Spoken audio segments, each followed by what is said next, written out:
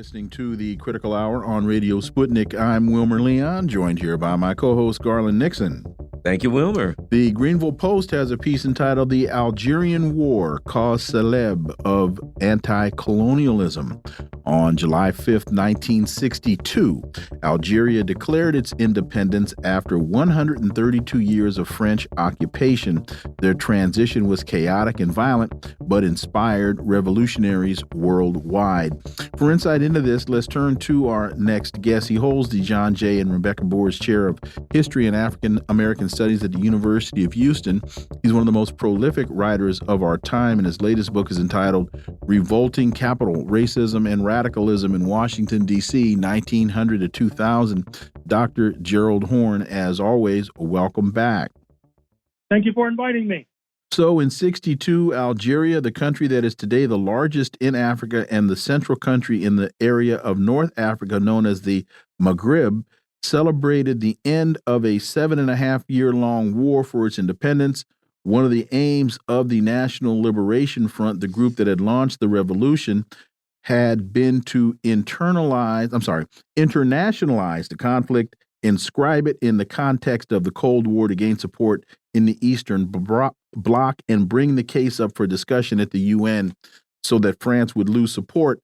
What are the key takeaways as we sit here now in 2023, even as it relates to the struggle of African Americans in the United States? What are the key takeaways for us here, Dr. Horne? Well, you may recall that when Algeria surged independence in 1962, the leader of the revolutionary forces, Ahmed Ben Bella, actually conferred with Dr. King, and he quite graphically and appropriately compared French colonialism to U.S. Jim Crow. We also know that after that, the Black Panther Party of the United States set up its major international legation precisely in Algeria because there was a continuing perception that there was a close tie between these struggles. And of course, that was accurate. You mentioned that Algeria surged independence and, was colonized by France in 1830. And interestingly enough, at that same moment, you had the settlers in Texas who were seceding from Mexico precisely because Mexico had moved to abolish enslavement of Africans under a president of African descent, speaking of Vicente Guerrero. And thus there was a trading of notes between the settlers in Texas and the settlers in Algeria, because of course, Algeria was a settler state. At the time of independence, about 10% or more of the population of that sprawling North African country were actually French.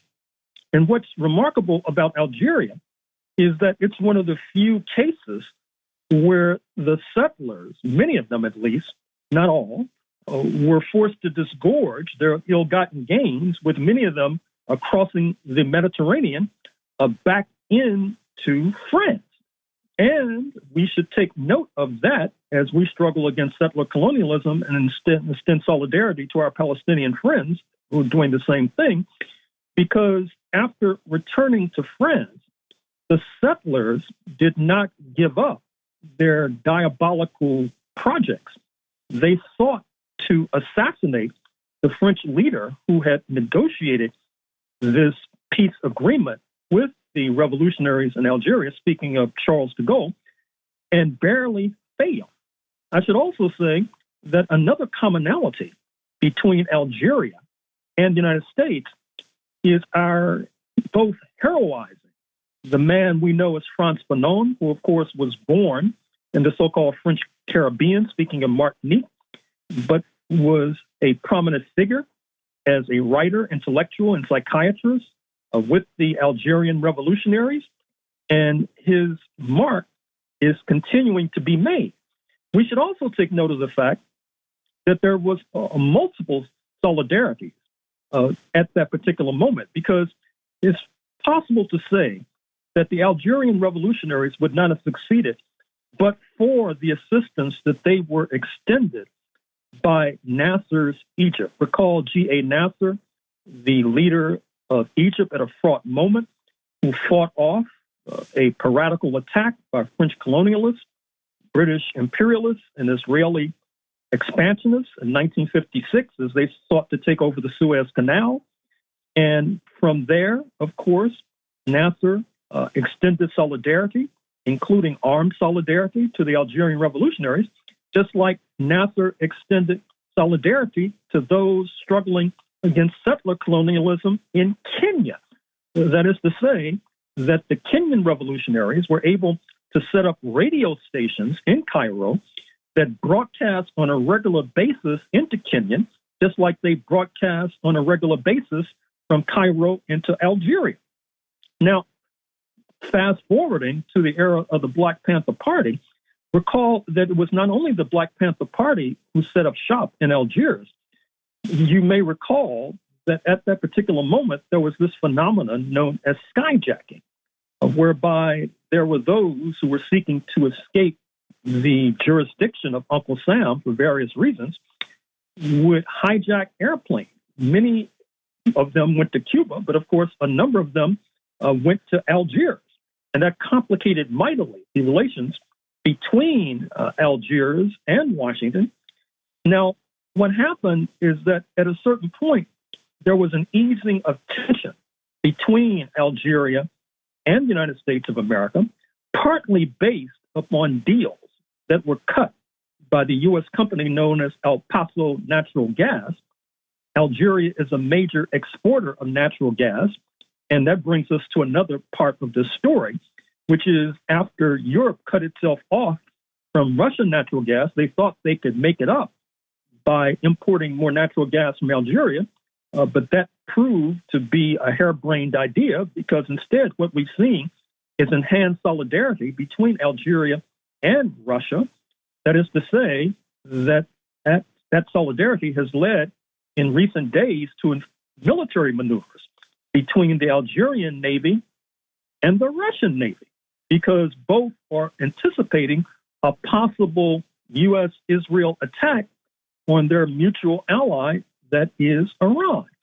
So there is a glorious and heroic history that unites Algeria and the United States of America. And I should make one more point, which is that after the 45th U.S. president negotiated his notorious Abraham Accords, which allowed for Morocco, Algeria's neighbor, to establish a kind of diplomatic relationship with the war criminals in Israel, the payoff to Morocco was that the United States recognized their shaky, questionable claim to Western Sahara, a continuing colony in Africa, formerly colonized by the Spanish.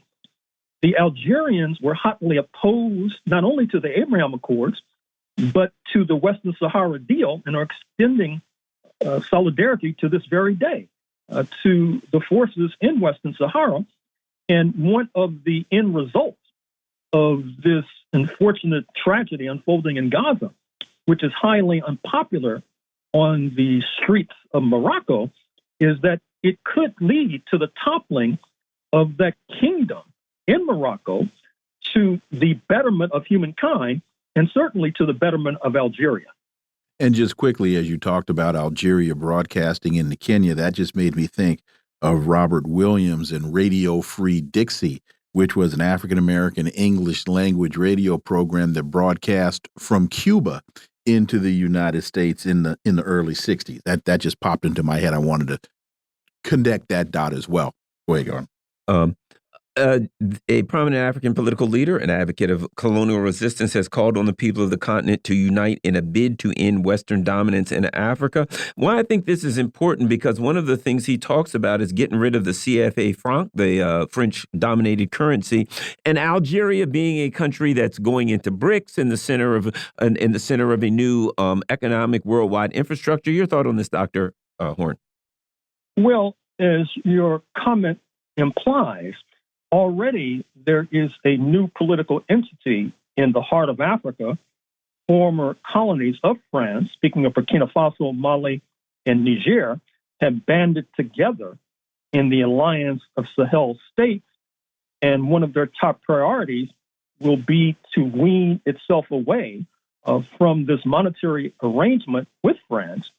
And if we look at the big picture, I think it's not premature to begin to speculate about all of these profound changes that are taking place on this small planet. It may be premature, but I'll say it anyway, that France, the original colonial power in Algeria and a good deal of Africa, has really been shaken by this U.S.-Israeli war crime unfolding in historic Palestine. And you might have noticed at the Security Council just a day or two ago, France did not stand with the United States when it vetoed that resolution. France previously has been hostile and critical of the U.S.-dominated North Atlantic Treaty Organization. France is upset with the United States because it feels the U.S. is trying to push France out of its neo-colonial empire in Africa.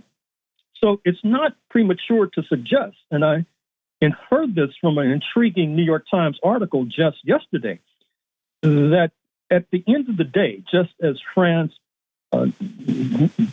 declared a certain kind of independence from U.S. imperialism in the wake of the Suez Crisis aforementioned, France might try to cut some sort of deal with the antagonists of U.S. imperialism. It's already happening with regard to the People's Republic of China.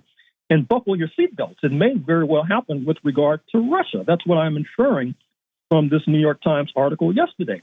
And so if that happens, what we're going to have to watch for, like we're watching a chess match, is how the African states, particularly the alliance of Sahel states, will react if that profound maneuver takes place.